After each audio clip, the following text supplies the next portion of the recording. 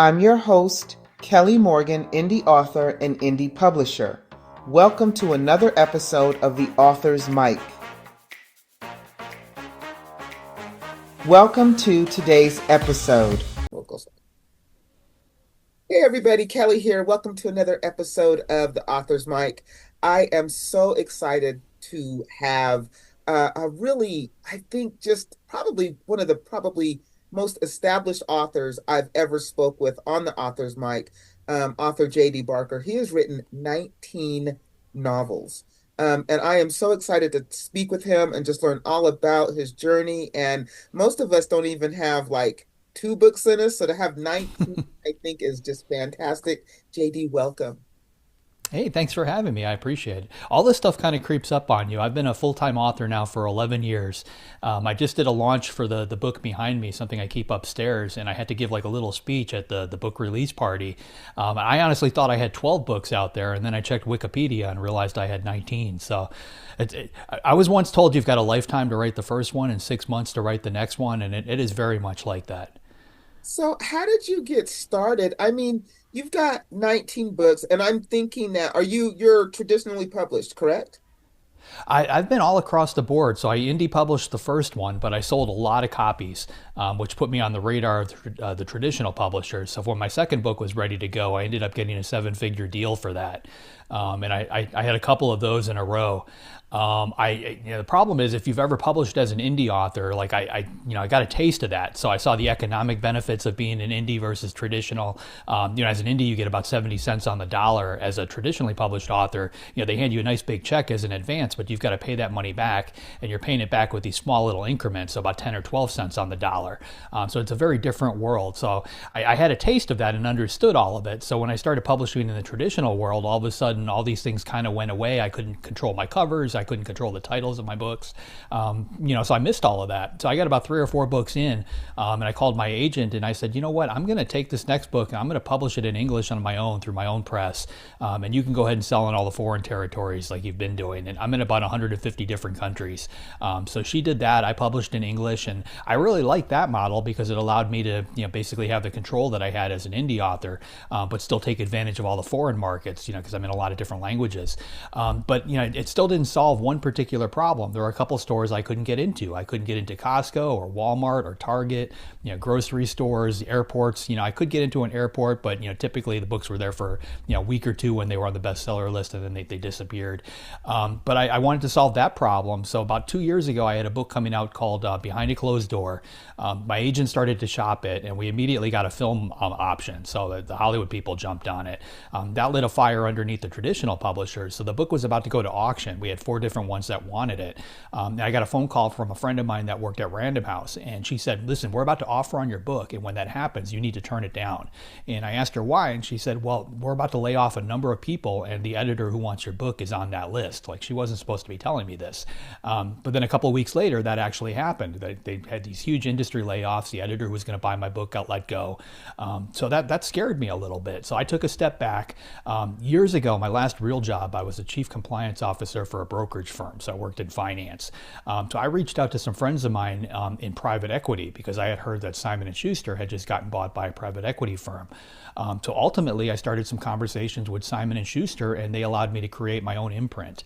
So that's basically what I'm doing today. I've got my own imprint at Simon & Schuster. So I get to act as an indie author. I can publish what I want when I want, but Simon & Schuster handles my print sales and distribution. So it's kind of like having the best of both worlds. And honestly, I think that's where this whole industry is going. I think indie authors that are selling really well, this particular model, I think, makes sense for us. And I think you're going to see more of these as the years tick by. And that's funny that you say that because a lot of people don't really know or are familiar with what an imprint is. So when you say that, I'm sure people are saying, what's an imprint? Explain to a lot of the authors don't know what that is. Yeah, so I mean, years ago there were 50 to 100 different publishers out there, and they've been buying each other up, which is why we now have the top 5. So like if you look at Random House's website, just as an example, I love to pick on Random House. They may have all these other imprints that appear under them, these other names, these other publishing companies, but it's ABC Publishing / Penguin Random House, that kind of thing.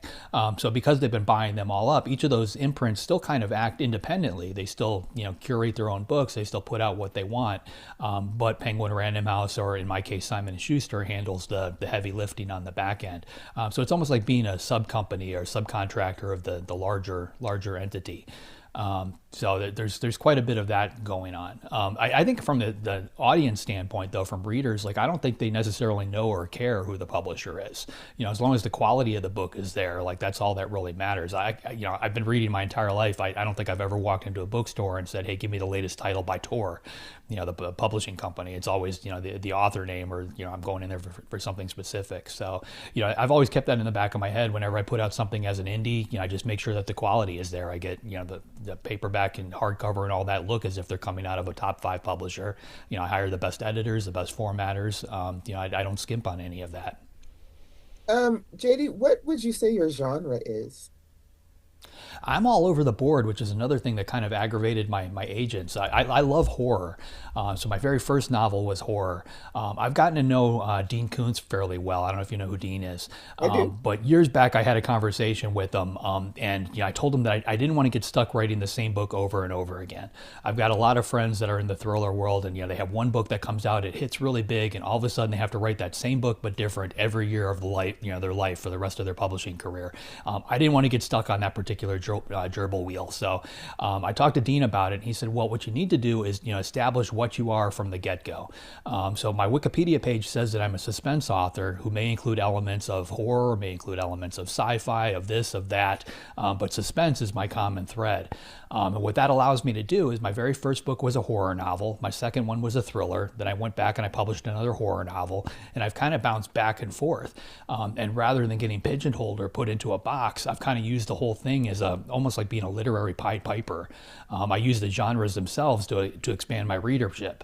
So to give you an example, I had, I guess about 4 or 5 books in, my editor told me, your key audience is women 45 and over. So he wanted me to write a book that particularly appealed to women 45 and over. So I turned around and I wrote a young adult book. Because my general thinking was, if I do that, now I'm going to rope people in at a younger age. They're going to become part of my fold, 20 years earlier than they normally would.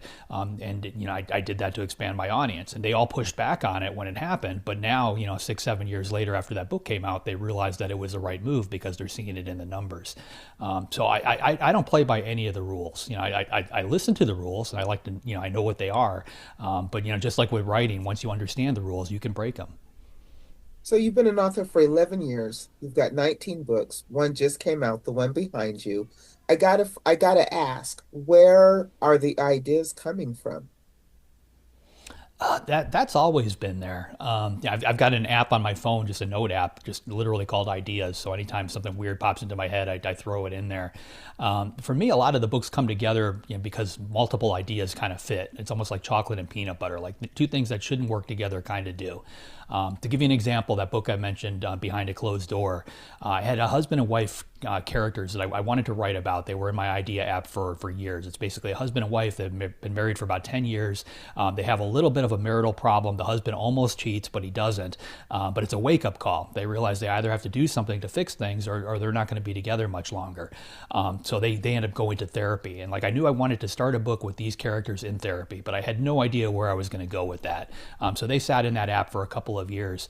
And then about 6 months before I started writing this book, I was having dinner with my wife, and we were talking about this house that she just bought. She does a lot of real estate.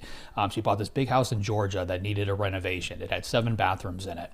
So we were just brainstorming the best way to go about doing that. And I just casually mentioned this company called Bath Fitters. And we've all seen the commercials. They come in and they retrofit your bathroom in one day and then they're gone. But I just mentioned it. I just said those words out loud. And then that night, we both started seeing commercials for Bath Fitters on our phones and our social media feeds, on television.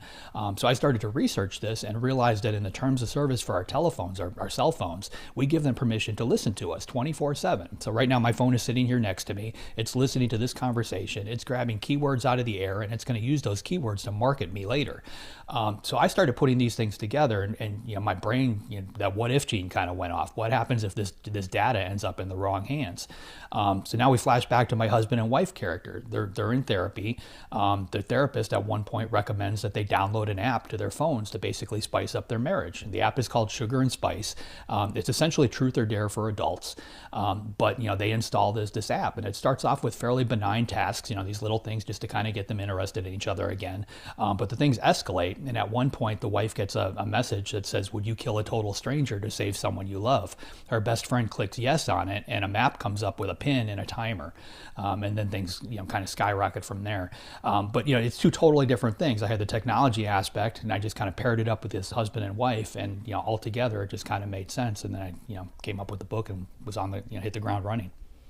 So I don't speak to very many horror authors, and I love horror. I used to love to, when I was younger, back in the 80s and 90s, read all of Stephen King stuff, read Dean King stuff, read all that stuff. And I always wondered, so I'm going to ask you as a horror author, somebody who's written several horror books, what scares you? Well, the very first thing, I think the reason that this genre kind of grabbed me, when I was a kid, my mom owned an antique store, and we used to go to a lot of garage sales and yard sales. And I remember going to one, and this guy had a box of books, and he had just books for 25 cents, paperbacks and stuff. And sitting on top was a copy of Dracula. And I was 8 years old at the time. I picked it up. I figured there's no way my mom's going to let me buy this because it looks, like an adult book. It looks scary. But she did. She let me buy it, and I took it home and I read it, and it scared the bejesus out of me. Like I slept with the lights on for probably 3 weeks after that. Kept checking under my bed and checking the closet. And that's the first time that a book had ever gotten an emotional reaction out of me, at least something that strong.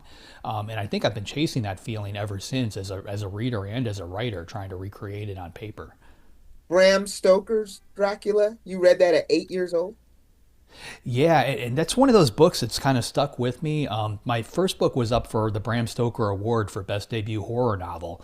And while I was there to collect that, I ended up sitting next to Dacre Stoker, who's Bram's great grandnephew.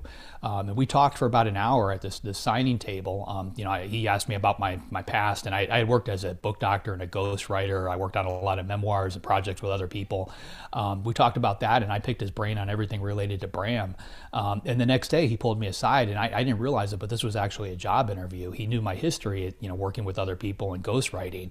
And he told me the family had been trying to find somebody to write a prequel to Dracula for a while, and they liked my writing style, and they wanted to know if I'd be willing to do that.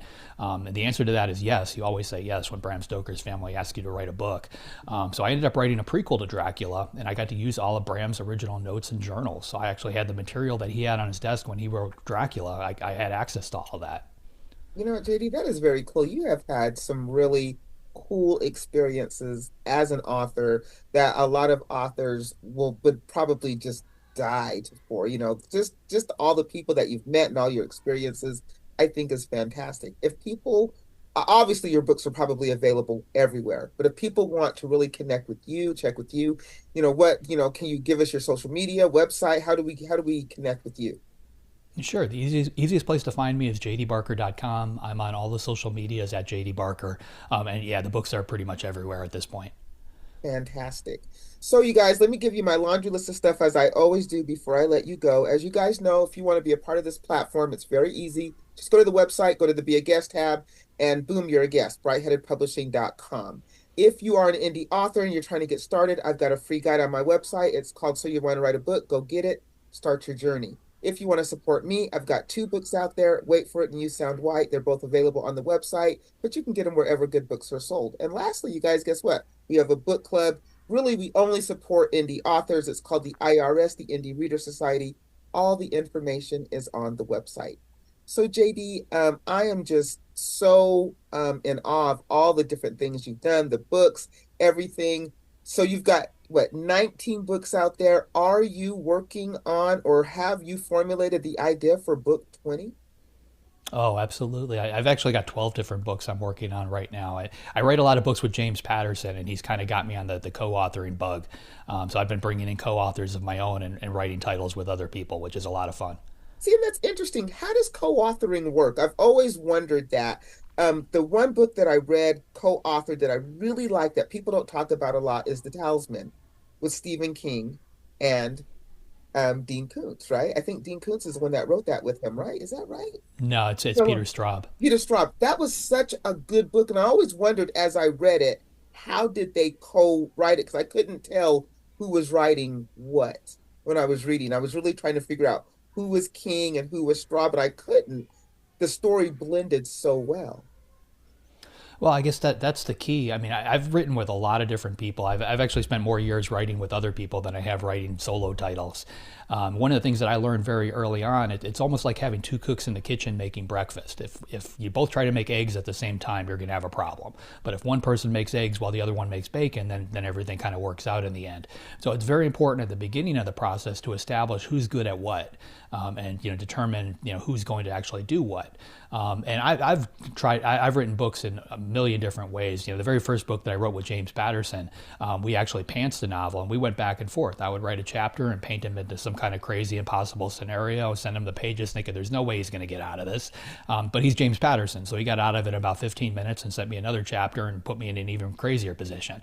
We wrote the whole book that way, and it's probably the twistiest novel I've ever written. But after we finished that one up, he sent me an outline for a book that he had written called The Noise. And he said, okay, we tried pantsing a novel. We did it your way. I want you to try it my way.